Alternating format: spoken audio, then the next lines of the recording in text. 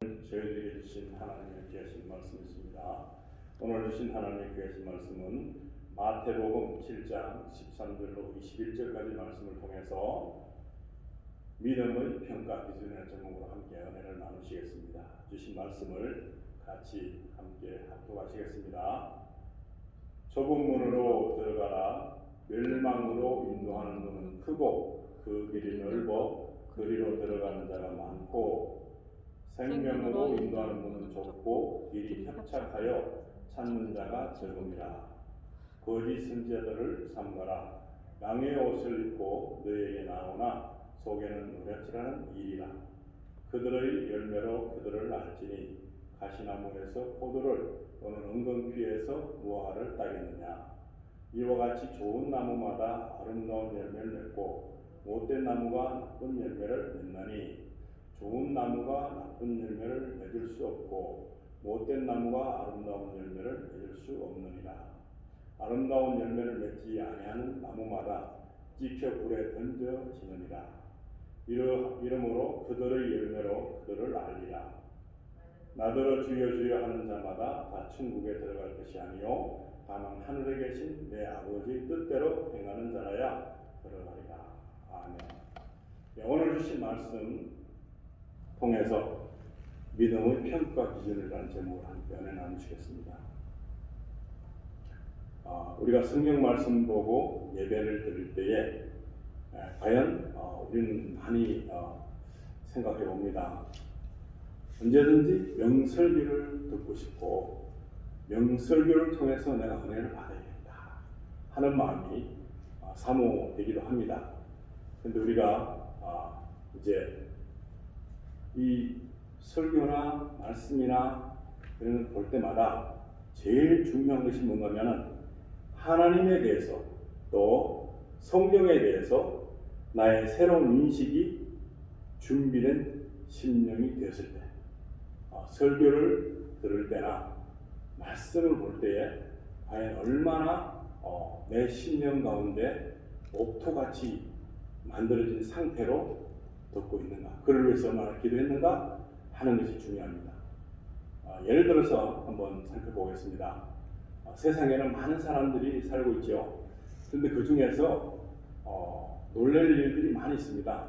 근데 반응하는 그 감성적인 문제를 통해서 보면 유명한 가수나 유명한 그 코미디언이나 개그맨들이 이렇게 무슨 행사를 할 때 보면 저는 참 놀라운 게 가수들 중에서 노래를 하는데 노래가 시작도 되기 전에 많은 사람들이 뭐 여성, 남성, 물론 어린아이들도 있겠지만 깜짝 놀랄 듯이 뒤로 까무러치고 너무너무 좋아서 심취가 돼서 심지어 노래가 나오지도 않았는데 불구하고 그 사람이 노래를 부르려고 하는 순간에 벌써 넘어지고 마는 그런 모습이 참 이해가 되지 않습니다.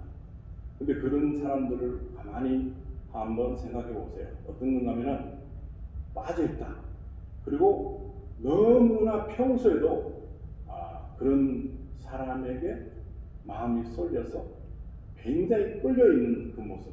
자기 걸 다 그냥 나는 없어지고 그 사람 노래가 좋아서 노래를 시작하는 순간에 기절해버리는, 예를 들면 그런 일이 엘비스 프레슬리 그 노래를 부를 때 그런 일들 많이 있었고요.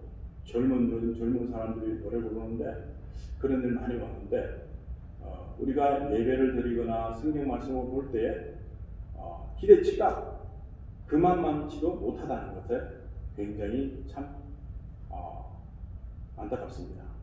그래서 예수님께서 말씀하실 때도 많은 사람들은 그것을 심각하게 생각하지 않고 이것이 굉장히 나에게 아니면 세상적으로 삶에 있어서 너무나 필요한 조건 중에 하나다라고 생각했더라면 귀담아서 들었을 것입니다.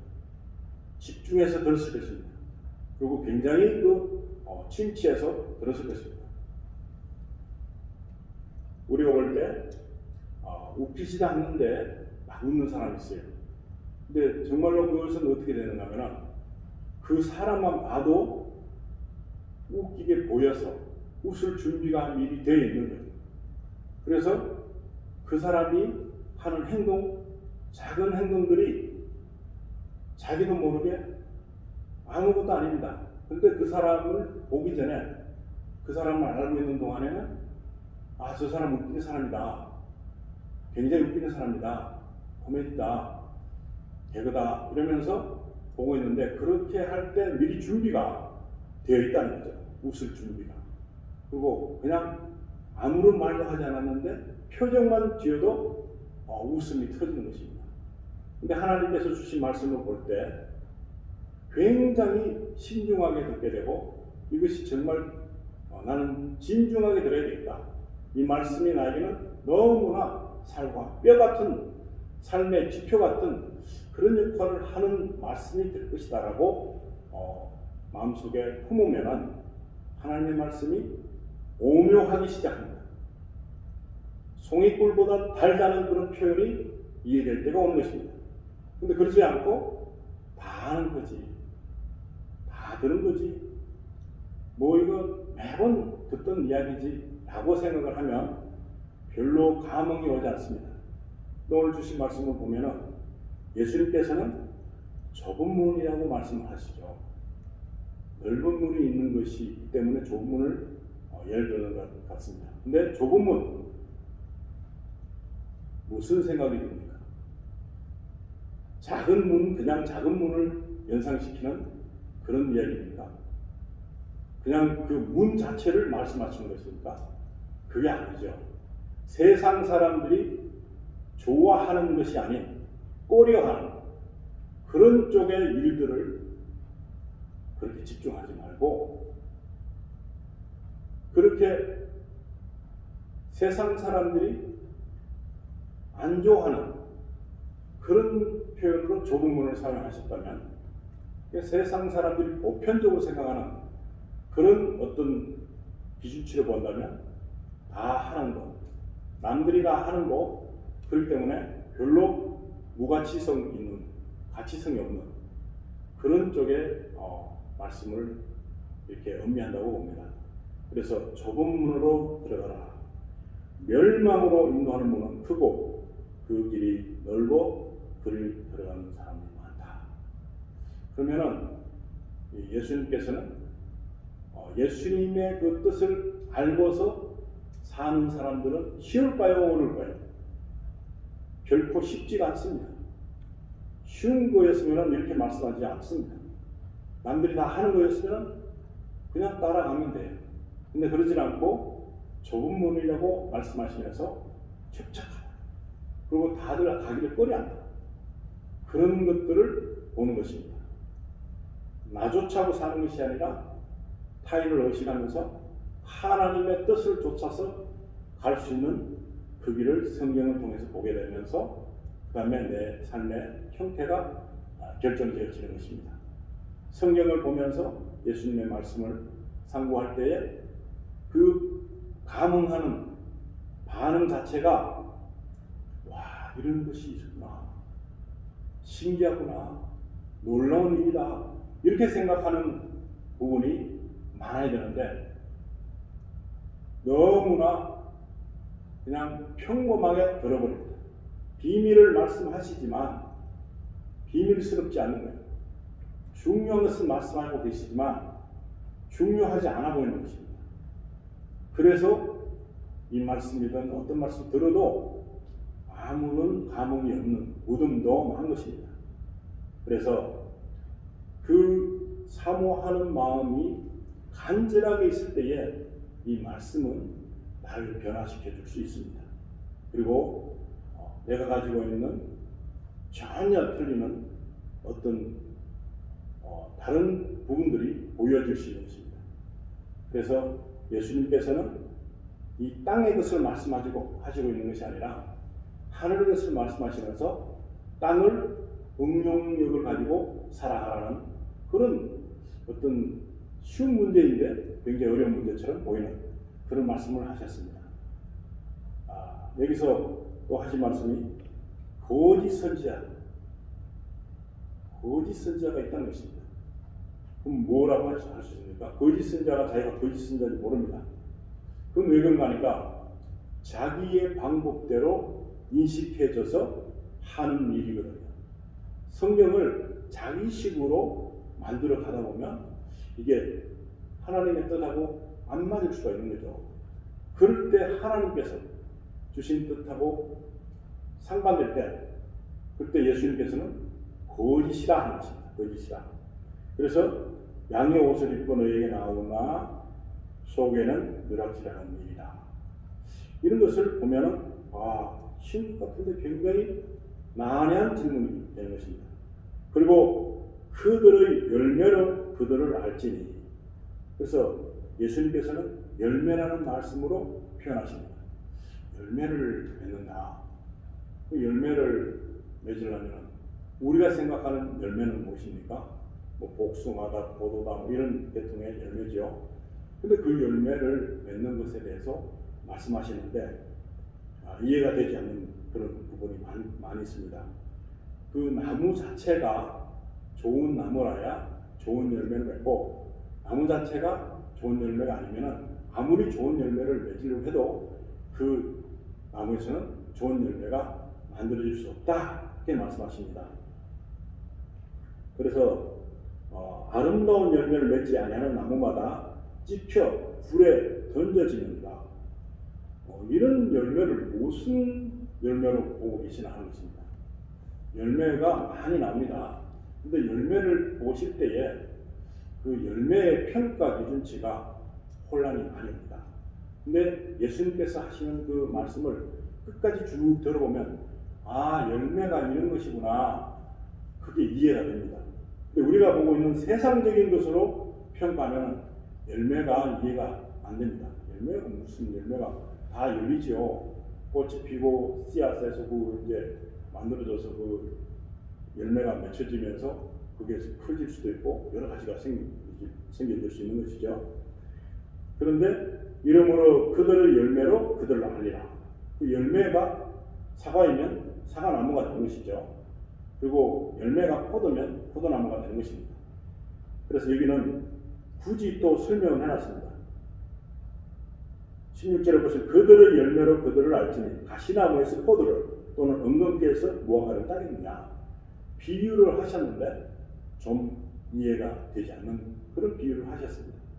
그래서 이걸 예수님에게 좀 더 신중하게 제자들이 물어봤으면 이 대답도 충분히 얻었을 것인데, 우리가 이 대답을 얻은 것은 쭉 지내보니까, 성경 말씀의 그 뒷부분 나오는 것을 이제 응용해 보니까 열매의 의미가 어떤 것이다 알고 있습니다.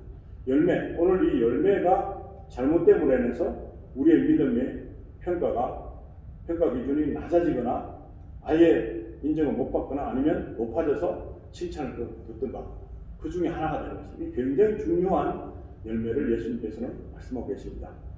그래서 21절 마지막 절에는 나더러 주여 주여 하는 자마다 다 천국에 들어갈 것이 아니요 다만 하늘에 계신 내 아버지의 뜻대로 행하는 자라야 들어가리라. 그렇게 말씀하고 있습니다. 그런데 하나님 아버지의 뜻이 되고 있는 열매를 산출해 내야 된다 하는 것입니다. 이게 우리 숙제죠. 그러니까 이것이 어떤 것인가 혼란입니다. 그런데 이제 우리가 성경을 많이 보시면 주보에도 기록을 해놨습니다. 중간에 교회 소식 위에 보시면은 요한복음 15장 2절 5절 이렇게 보시면은 열매에 대해서 또 나옵니다. 그걸 참고하시고요. 또 우리가 말씀을 한번 보겠습니다. 말씀을 마태복음 3장 7절 말씀을 보겠습니다. 요한이 많은 바리새인들과 사두개인들이 세례 베푸는 대로 오는 것을 보고 이르되 독사의 자식들아 누가 너희를 가르쳐 임박한 진노를 피하랴 하더냐. 3장 8절에 그러므로 회개에 합당한 열매를 맺고, 이 열매가 또 나오죠. 이 회개에 합당한 열매가 무엇인가 하는 것입니다. 여기서 우리가 짐작기는 회개에 합당한 결과적인 행동, 결과적인 삶의 지표, 그 회개하지 않았을 때의 삶과 회개하고 난 뒤의 삶의 변화의 정도를 열매라고 이렇게 말씀을 해주고 있습니다. 그래서 마태복음 3장 9절에는 속으로 아브라함이 우리 조상이라고 생각하지 말라. 내가 너희에게 이르노니 하나님이 능히 이 돌들로도 아브라함의 자손이 되게 하시리라. 이 조상이면 어떻습니까? 혈통적이잖아요. 혈통이면 될 줄 아는데 혈통에 다음 절 보겠습니다. 마태복음 3장 10절에 이미 도끼가 나무 뿌리에 놓였으니 좋은 열매를 맺지 아니하는 나무마다 찍혀 불에 던져지리라. 이렇게 또 열매를 말씀하셨습니다. 좋은 열매가 어떻습니까? 맨 앞에 맥락하고 비춰보면 넓은 문으로 편안한 길로 남들이 다 가는 그런 삶의 모습으로 사는 것이 아니라 협착하고 좁은 길로 가는 것입니다. 다음 절에 보시면은 마태복음 3장 11절에 보시면 나는 너희로 회개하게 하기 위하여 물로 세례를 베풀거니와 내 뒤에 오시는 이는 나보다 능력이 많으시니 나는 그의 신을 들기도 감당하지 못하겠노라. 그는 성령과 불로 너희에게 세례를 베푸실 것이요. 그렇습니다. 그리고 마태복음 3장 12절에 손에 키를 들고 자기 타작마당을 정하게 하사 알곡은 모아 곳간에 들이고 쭉정이는 꺼지지 않는 불에 태우시리라. 이렇게 말씀하셨어요. 열매가 이런 곡식 종류도 되는 것이죠. 그래서 알곡은 곳간에 모으고 쭉정이는 태워 없애버리라 하는 것입니다. 그랬을 때에 열매에 대한 짐작이 이제 어느 정도 윤곽이 잡히죠. 이것은 하나님의 뜻을 찾아야지만 열매에 대한 해석이 이루어질 수 있구나. 이런 생각을 할 수 있습니다. 열매라는 것이 그냥 보여지는 포도송이, 사과 하나 이런 종류가 아니라 우리가 가지고 있는 삶에서 나오는 어떤 행위 그리고 하나님의 뜻을 갖춰서 가는 그 모습들 그런 모습들을 말하고 있습니다. 그래서 우리는 그런데 현실은 어떻습니까? 현실은 성경하고 동떨어지게 생각하면 완전히 방향이 틀리게 보이고 또 현실을 성경으로 접목하게 되면 성경적으로 가는 것이 맞는데 다들 피한다는 것입니다.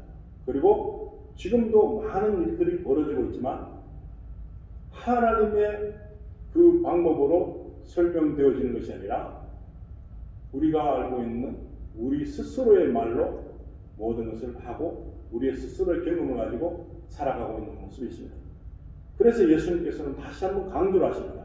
어디에서 강조가 나오는가 하면 마태복음 10장 16절에 보시면요 이런 말씀이 있습니다. 보라 내가 너희를 보내니 양을 이리 가운데로 보냄과 같도다. 그러므로 너희는 뱀같이 지혜롭고 비둘기같이 순결하라.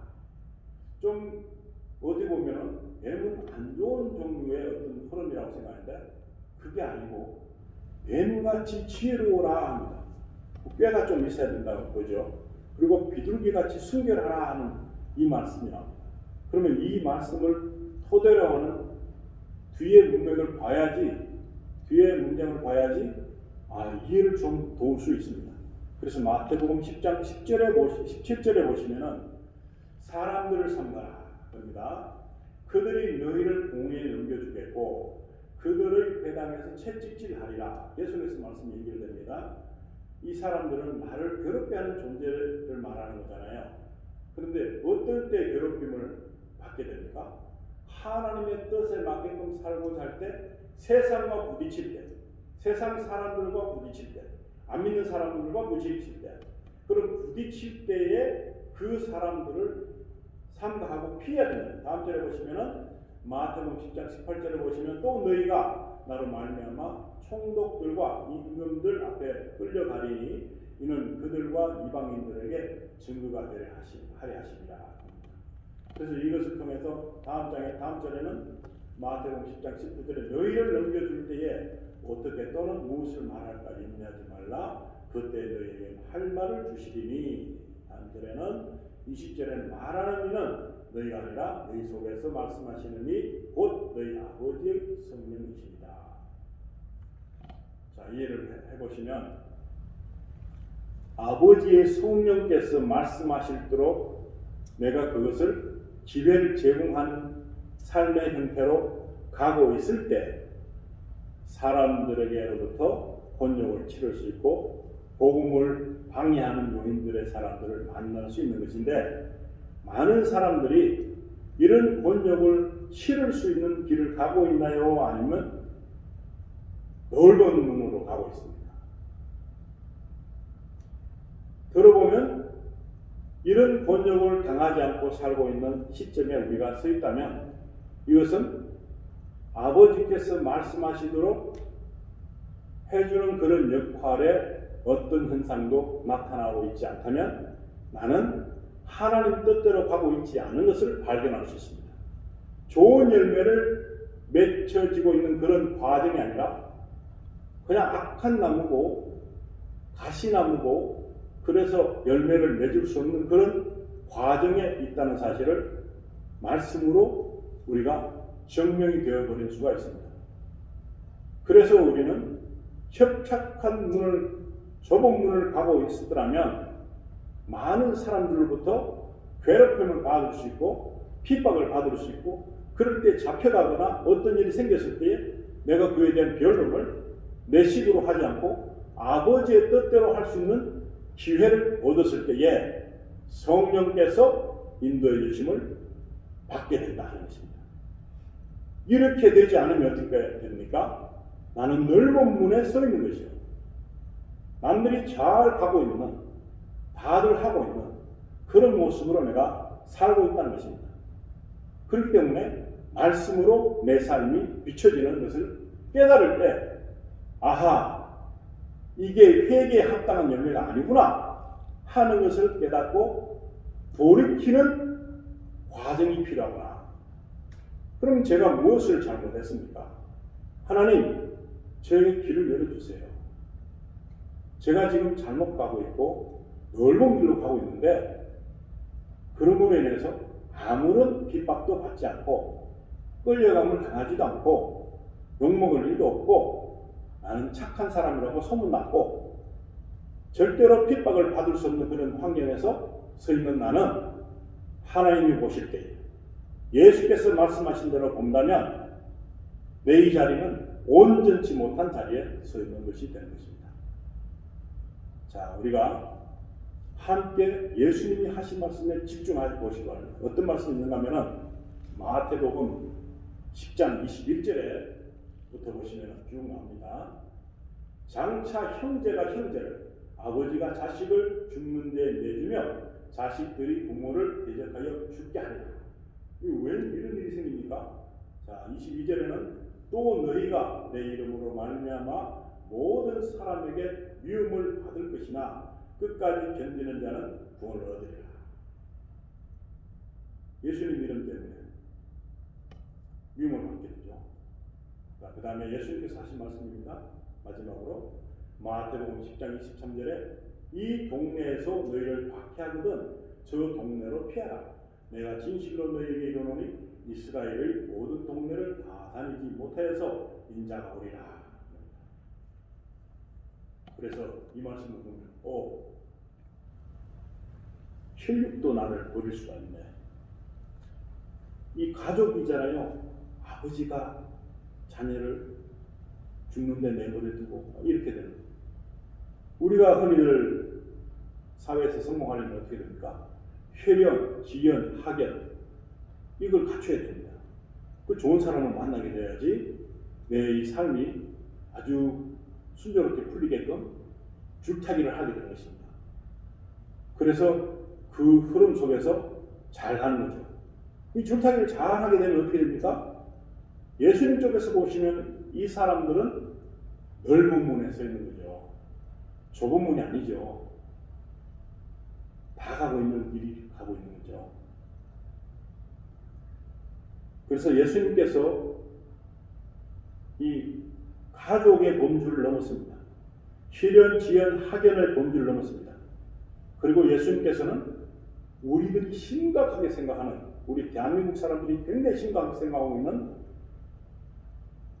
철학적인 사상이나 이념적인 것에서 머무르지 않고 계시다는 것입니다. 지금 기독교인들, 우리 믿음의 백성들이 이념에 사로잡혀 있죠. 사상에 사로잡혀 있죠. 그래서 예수님은 민주주의 것이다 생각하고, 사회주의자는 예수님은 공평하시니까 사회주의적이다. 아니다, 예수님은 철학적인 모습이 있어. 이래서 분파가 생긴 거죠. 그 예수님을 믿고 있는 많은 사람들은 잘못 오해한 거죠. 예수님은 민주주의도 공산주의도 철학적인 사상가도 아닙니다. 그 옛날 유대인들이 원했던 게 뭔가요? 예수님을 왕으로 모시려고. 지금 로마 속국으로 살고 있는 이스라엘 백성들이 해방한 거잖아요. 근데 이것은 예수님께서는 아무리 말씀해도 안 듣습니다. 죄에서 해방되는 거, 그것을 선두에 두고서 삶에 대한 기본 방침을 바꾸라고 책정을 하셔서 이렇게 권면해 주시는데, 이들의 모습은 뭐였어요? 자유화, 권력으로부터 자유화, 이념으로부터 그 매여져 가지고 나는 이 사람들을 쫓을 거야, 나는 저 사람들을 쫓을 거야. 저게 맞는 거 아니에요. 그런데 하나님의 나라를 바라보는 예수께서는 이런 거 저런 거 아닙니다. 많은 사람들은 아직도 교회가 이념에 묶여서 가기 때문에 너무 많은 어린 양들을 예수님께 못 오도록 막아버리는 그런 일들을 너무나 쉽게 하고 있습니다. 그냥 사단의 무기가 되도록 던져버리는 그런 악습으로 우리가 너무나 이 나라를 중시하다 보니까, 근데 그게 세상적인 나라를 말씀하러 오신 게 아니고 하나님 나라를 말씀하러 오신 것입니다. 그래서 예수님께서 심각하게 또 말씀하십니다. 마태복음 10장 32절을 보시면은, 누구든지 사람 앞에서 나를 시인하면 나도 하늘에 계신 내 아버지 앞에서 그를 시인할 것이요. 너무나 당연한 말씀이잖아요. 우리가 시인한 적이 없는, 나는 시인하는데 그냥 거기서 걸려놓은 것이 좀 없습니다, 이렇게 말을 할 수도 있어요. 근데 무슨 분위기가 안 좋아서 나는 예수 믿는다는 것을 그냥 넘어가지, 이런 식으로 살았더라면 부인한 거나 마찬가지입니다.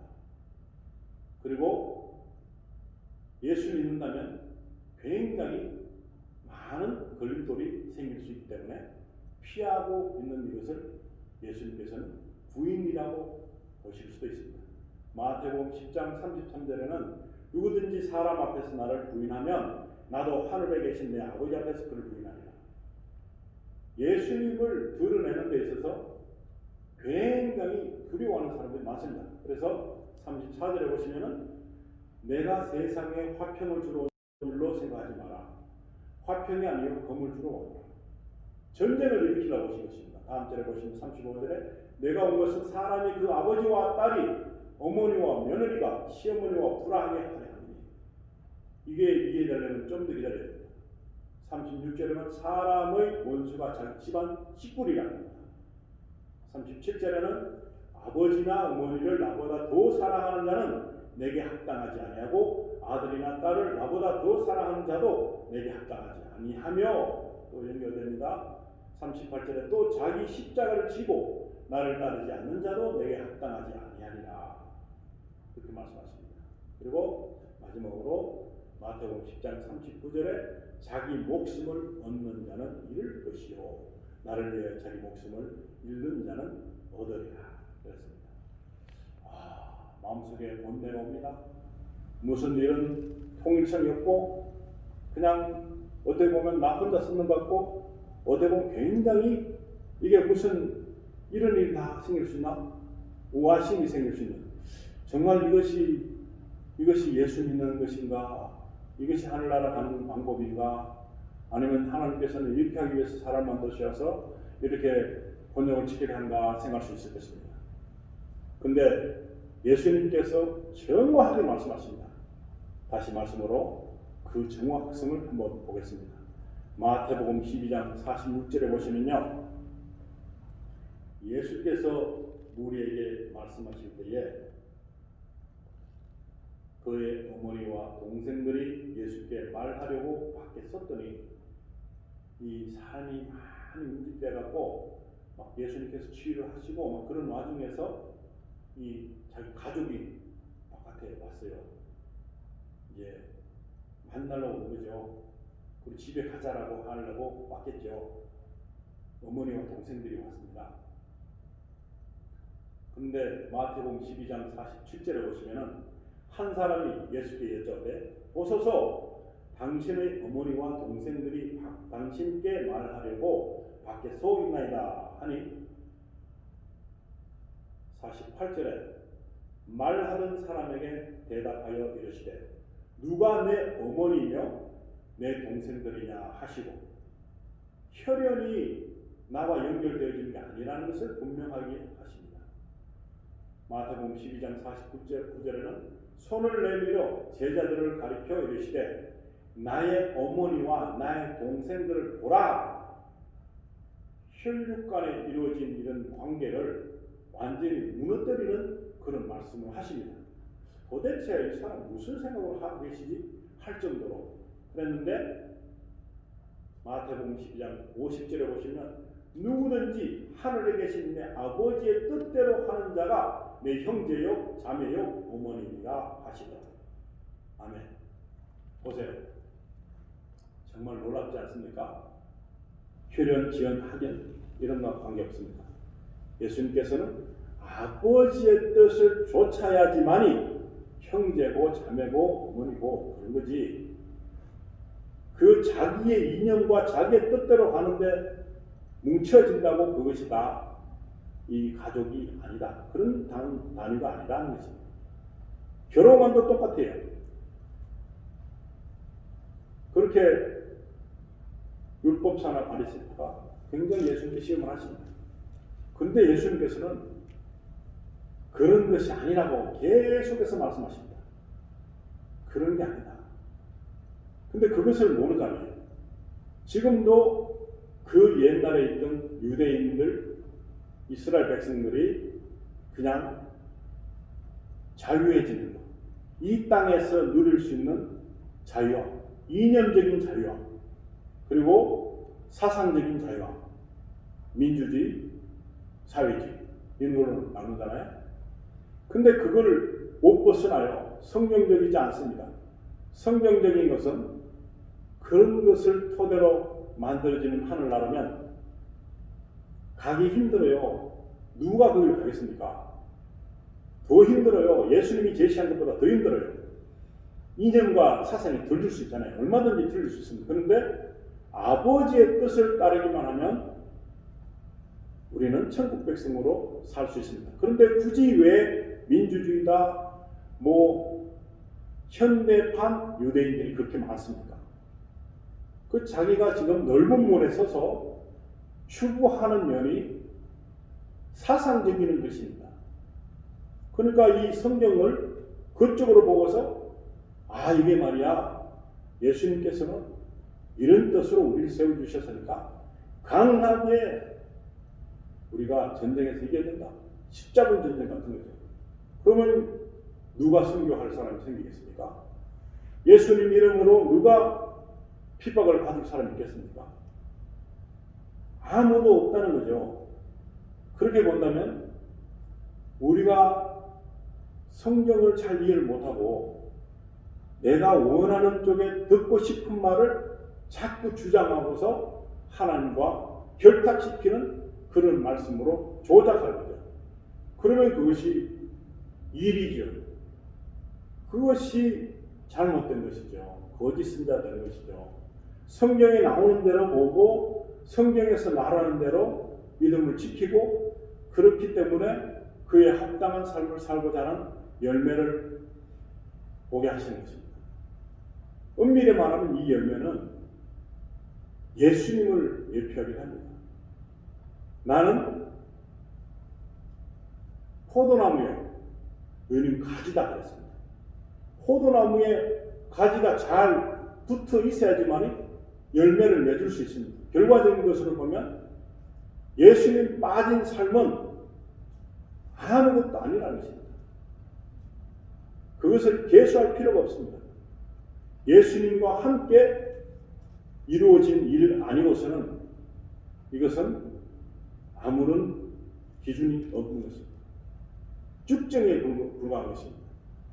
그럴 때 예수님 오시는 그날에는 알곡과 쭉정이를 바라볼 때 예수님과 결탁이 돼갖고 예수님과 함께 갈 수 있었던 사람들, 간 사람들, 이런 사람들이 그냥 평가 기준치에 합격을 하는 것입니다. 근데 그렇지 않고 이념적으로, 사상적으로 그냥 다수에 의해서 우르르 몰려다니는 것은 언제 또 다른 이념이 생길지 모르고 언제 또 다른 사상이 생길지 모릅니다. 거기에 빠져있기 때문에 성경적인 것 같이 보지만 절대 성경적이지 못한 것을 발견할 때 낭패다.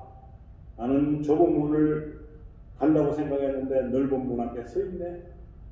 발견해갖고 다시금 회개하고 다시금 어떻게 됩니까? 회개에 합당한 열매를 맺어야 되는 것입니다. 지금 많은 사람들이 종교개혁이 일어나야 된다. 그럽니다. 종교개혁이 아니라 내가 가지고 있는 성경의 새로운 인식도가 생겨야 되는 것입니다. 바른 성경의 인식도를 가지고 성경이 지향하고 하나님 말씀이 지향하는 것을 알아야지만이 이 성경에 부합한 삶을 살 수 있습니다. 성령의 도우심을 얻을 수 있습니다. 얼마나 탄식되겠습니까? 이 성령께서 무지하게 탄식이 될 지금 시점에 과연 얼마나 많은 사람이 성경적인 삶을 살려고 몸부림치는 사람이 좁은 문으로 들어가려고 몸을 정말 낮추고 그 좁은 문, 남들이 잘 가지 않는 협착한 문을 가기 위해서 사람들의 비판을 들으면서 사람들의 그 손가락질을 받으면서 그러면서 버티면서 그것을 이루기 위한 이 싸움이 영적 전쟁이라는 것입니다. 영적 전쟁을 하고 있는 사람이 돼야 합니다. 영적 전쟁을 하고 있는 사람이 아니면 마귀가 괴롭힐 일도 없기 때문에 모든 일이 만사형통한 것입니다. 만사형통하다고 할 때 위험 소지가 최고로 올라온 것입니다. 나는 어려움이 없어. 나는 만사형통. 하나님의 은혜가 있다. 그건 자기 생각입니다.